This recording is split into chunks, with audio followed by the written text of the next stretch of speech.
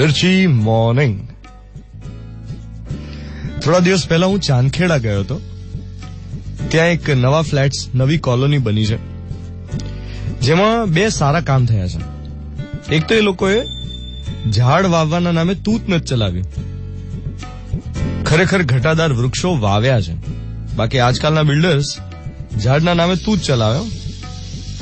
અરે પેલા palm tree વાવી દે, ખજૂરી નાળિયેરી પ્રકારના, જેમાં કોઈ છાંયડો તો મળે નહીં, ના પંખીઓ આવે, ના કોઈ ફાયદો થાય ખાસ પર્યાવરણને, ખાલી નામનું ઝાડ હોય એમ.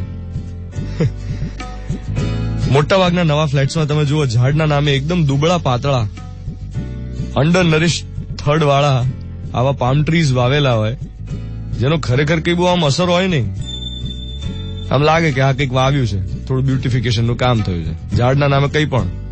એનીવે, સો આ બિલ્ડિંગમાં જ્યાં હું ગયો હતો, ત્યાં નવા ફ્લેટ્સને એકદમ ઘટાદાર વૃક્ષો વાવી આપેલા બિલ્ડરે. આ બહુ સારી વાત હતી. બીજી વાત, ત્યાં પંખીઓ માટે ચબૂતરો બનાવેલો.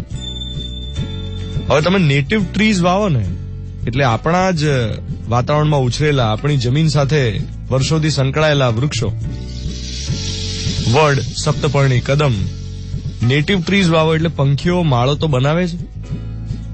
હવે પંખી માળો બનાવે પછી એમને ચણવા ક્યાં જવું, એટલે બિલ્ડર એક ચબૂતરો પણ બનાવી આપેલો.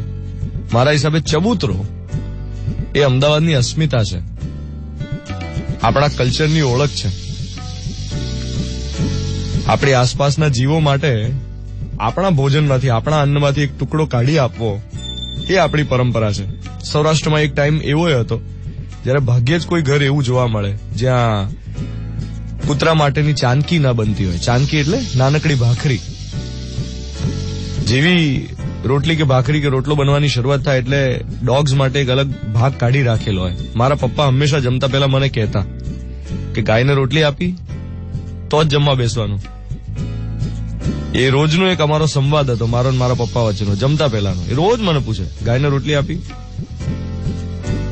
અને એક સમય હતો જયારે નબળામાં નબળી સ્થિતિનો માણસ, ખેડૂત હોય, એ મહેમાન ગતિમાં કાચો ના પડે. આતિથ્ય ભાવ એ આપણા કલ્ચરનું વિશેષ લક્ષણ હતું.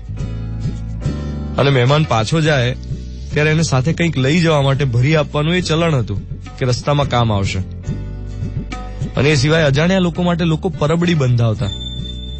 પરબ હોય કે આવતા જતા કોઈને ઠંડુ શીતળ જળ પીવા મળે, એમાં કોઈ બદલાની અપેક્ષા નહોતી. હવે તમે જુઓ, આપણે અત્યારે જે સમયમાં છીએ એમાં ત્રણેય વસ્તુ થોડી બદલાઈ ગઈ છે.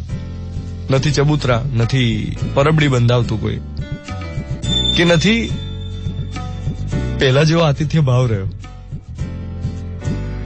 એટલે એ તો સમયનું કામ છે, સમયનું કામ કરે, બદલાય જ વસ્તુઓ એની જગ્યાએ, એવી ને એવી તો રહે નહીં.